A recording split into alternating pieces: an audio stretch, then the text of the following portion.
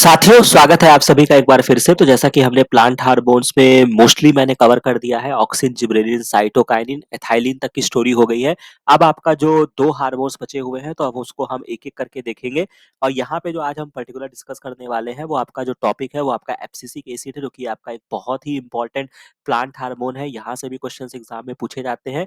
तो सबसे पहले हम इन चीज़ों को आराम से डिटेल में समझ लेते हैं। तो सबसे पहले अगर हम इसके बैकग्राउंड की बात करें तो एबीए जो होता है ये आपका माइल्डली एसिडिक ग्रोथ हार्मोन होता है जो कि फंक्शन करता है आपका इनहिबिटर। याद होगा, जैसा कि मैं आपको थोड़ा-सा रिकॉल करा देता हूँ कि जब हमने क्लासिफिकेशन समझा था तो प्लांट ग्रोथ रेगुलेटर्स को हमने 2 तरीके में डिवाइड किया था। एक आपके पॉजिटिव रेगुलेटर थे और एक आपके नेगेटिव थे। मतलब यानी कि एक जो थे वो आपके ग्रोथ को प्रमोट कराते थे और एक आपके इनहिबिट करते थे। ग्रोथ को प्रमोट कराने वाले में आपका ऑक्सिन था, जिब्रेलिन था, साइटोकाइनिन था, कोई दिक्कत नहीं। नेगेटिव वाले में एबीए था, एब्सिसिक एसिड था, इसमें कोई दिक्कत नहीं। और एक आपका हार्मोन जो था वो आपका एथिलीन था। एथिलीन के साथ क्या था कि ये दोनों चीज़ें करता है, बट अगर हमसे मोस्टली पूछा जाएगा तो हम इसको एज़ अ इन्हिबिटरी कंसीडर करेंगे। तो हमने ऑक्सिन पढ़ लिया, जिब्रेलिन पढ़ लिया, साइटोकाइनिन पढ़ लिया। अब हम जो यहाँ पे देखेंगे, सॉरी, एथिलीन भी पढ़ लिया और अब हम जो यहाँ पे देखने वाले हैं वो एबीए देखने वाले हैं। अब यहाँ पे एक डिस्कवरी के रिगार्डिंग बहुत ही इंपॉर्टेंट चीज़ है जो कि आपको मैं कोरिलेट कर सकते हैं कि बायोलॉजी में एक ऐसा इंसिडेंट और भी हुआ था। तो जैसा कि यहाँ पे क्या इंसिडेंट हुआ है उसको समझिए पहले, कि during the mid 1960 3 independent researchers reported that the purification and chemical characterization of 3 different kind of inhibitor, जो कि आपका इनहिबिटर बीटा था, किसी ने एप्सिसन सेकंड कहा और एक साइंटिस्ट ने इसको डॉर्मिन कहा। Later all the 3 were proved to be chemically identical and in order to avoid confusion the name abscisic acid इसको दिया गया। कहने का मतलब ये है कि इस पर्टिकुलर कंपाउंड का जब डिस्कवर हुआ तो वहां पे 3 डिफरेंट साइंटिस्ट जो थे, रिसर्चर ने, उन्होंने रिपोर्ट किया और बाद में वो इस कंक्लूजन में पहुंचे कि भाई हमने अलग अलग भले रिपोर्ट कर दिया है बट चीज वो एक ही है। तो कोई यहाँ पे कन्फ्यूजन ना हो, इसीलिए इसका जो फाइनल नाम दिया गया वो आपका एब्सिसिक एसिड दिया गया। और यहीं पर मैं आपको रिकॉल कराना चाहूंगा, जो कि आप थोड़ा सा और जाके होमवर्क है चेक कर लीजिएगा। जब आप जेनेटिक्स पढ़ते हैं, जहाँ पे आपका मेंडल साहब ने पूरा जेनेटिक्स का बेस रखा था, इनकी डिस्कवरी भी जो थी वो बहुत टाइम तक अननोन थी, लेकिन उसके बाद जब यहाँ पे 3 इंडिपेंडेंट रिसर्चर का नाम वहां पर भी आता है, ठीक है, उन्होंने इसको डिस्कवर करके बाद में इस चीजों को आपको बताया कि ये जो ऑलरेडी मेंडल ने बता चुके हैं, जो हम यहाँ पे देख रहे हैं, और मेंडल के सारे रॉ को क्या किया, रिफॉर्म किया। तो ये आपका बहुत इंपॉर्टेंट है। बाकी वो 3 साइंटिस्ट कौन थे, क्या डिस्कवर किया था, इसको जरूर देखिएगा, ये आपका होमवर्क है। राइट।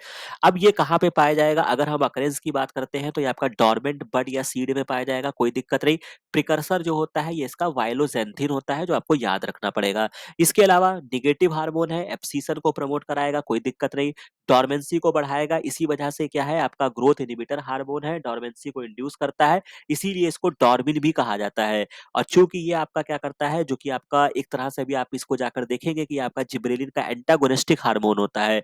मेटाबॉलिज्म की बात करेंगे, अगर ये आपका नेगेटिव हार्मोन है तो डीएनए आरएनए प्रोटीन को क्यों सिंथेसिस कराएगा, तो यानी कि एब्सिसिक एसिड जो होता है वो इनहिबिट करता है, और जिसकी वजह से क्या होता है, डिस्ट्रक्शन ऑफ द क्लोरोफिल। ये बहुत ही इंपॉर्टेंट है, क्योंकि अगर आप प्लांट के लिए बहुत ही इम्पोर्टेंट, जैसे ऑर्गन या कोई भी केमिकल या कोई भी एक पर्टिकुलर स्ट्रक्चर जो प्लांट के लिए बहुत इंपॉर्टेंट है, वो उनका क्लोरोफिल। अगर आप उनके क्लोरोफिल को ही खत्म कर देंगे तो बेचारे खाना कैसे बनाएंगे, समझ रहे हैं। तो एब्सिसिक एसिड क्या करता है, उनके क्लोरोफिल को नष्ट कर देता है, जिससे वहां पे सेनेसेंस आपको देखने को मिलता है। Inhibit of the seed germination को इनिबिट करता है, कैसे करता है, जो कि आपका जिब्रेलिक एसिड पढ़ाया, मैंने पढ़ाया वहां पे, जिब्रेलिक एसिड जो था वो एमाइलेज का फॉर्मेशन करता था, और एब्सिसिक एसिड क्या कर रहा है, उसका इनहिबिट कर रहा है। इसीलिए हम इसको क्या बोलते हैं, प्यार से एंटी जीए बोला जाता है। ये बहुत ही इंपॉर्टेंट है, जो कि यहाँ पे लिखा गया है। ठीक है। इसके अलावा स्टोमेटा जो आपका प्लांट में एक बहुत ही इंपॉर्टेंट स्ट्रक्चर होता है, जो लॉस ऑफ द वाटर को प्रिवेंट करने के लिए होता है। ठीक है। तो यहाँ पर क्या होता है, जो क्लोजिंग ऑफ द स्टोमेटा की जो थ्योरी दी गई है, हालांकि ओपनिंग क्लोजिंग की 2 थ्योरीज हैं, तो जहाँ पे आपका ओपन क्लोजिंग की थ्योरी दी गई है, वहां पे एबीए थ्योरी एक आती है। तो जो एबीए होता है, जैसे जैसे कंसंट्रेशन एबीए का बढ़ता जाता है लीव्स पे या प्लांट में ड्यूरिंग डेसिकेशन या अदर स्ट्रेसफुल कंडीशन, उस समय क्या होता है, स्टोमेटा जो होता है, जिसकी वजह से स्टोमेटा जो होता है उस पर ये अपना इफेक्ट दिखाता है। तो कुल मिला के ये जो होता है, ये आपका क्या करेगा, स्टोमेटा को क्लोज करेगा, समझ रहे हैं। तो एंटी ट्रांसपेरेंट के तरीके इसको यूज किया जाता है, जो कि आपका बहुत ही इंपॉर्टेंट यहाँ पे एग्जाम्पल इसको कहा जाता है।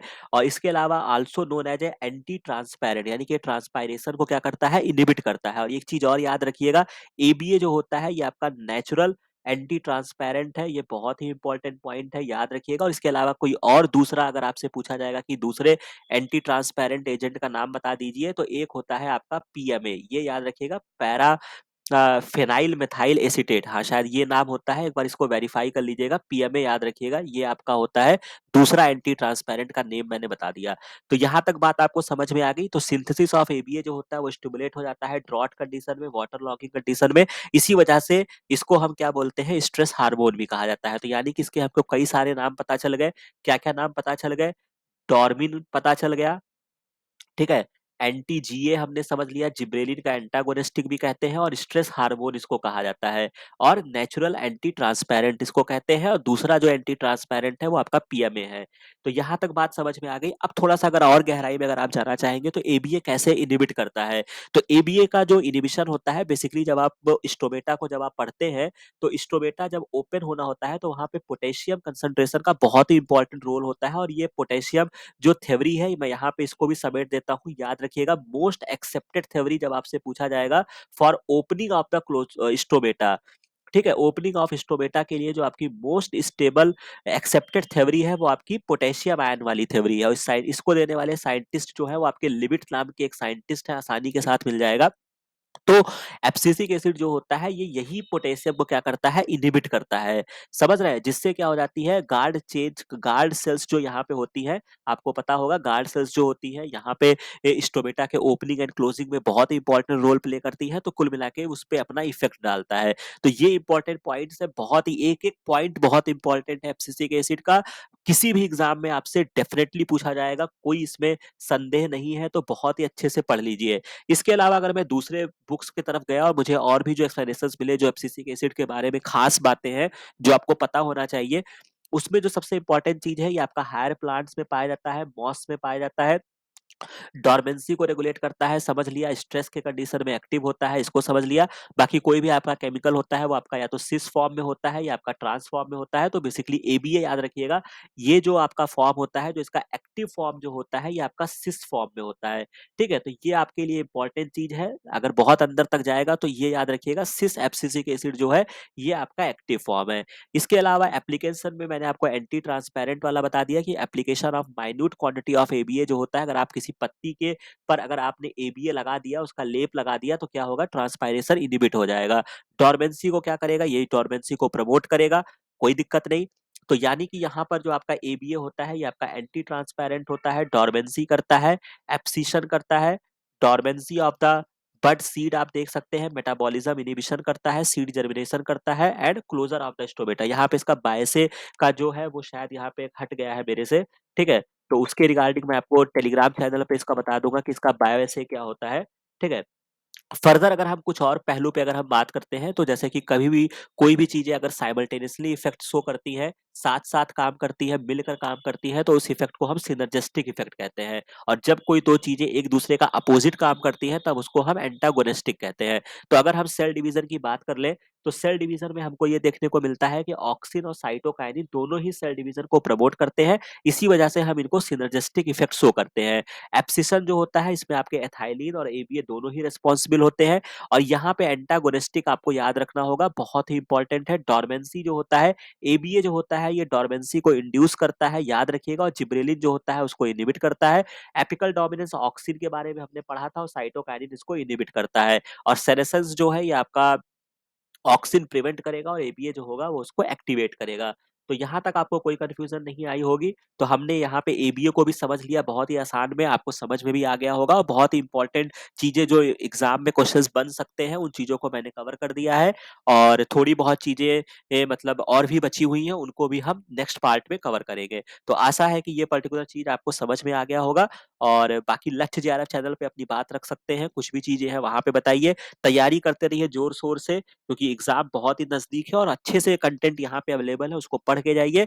और बाकी भी ये भी बहुत सारे कंटेंट्स जो आपके कह सकते हैं ना, मैजिक बुलेट टाइप के या टैबलेट टाइप का जो आपको दिया जाएगा, ठीक है। तो जुड़े रहिए, और कोई भी बात होती है तो उसको हम तक जरूर पहुंचाइए। बाकी मिलते हैं नेक्स्ट वीडियो में नेक्स्ट इन्फॉर्मेशन के साथ। Thank you very much.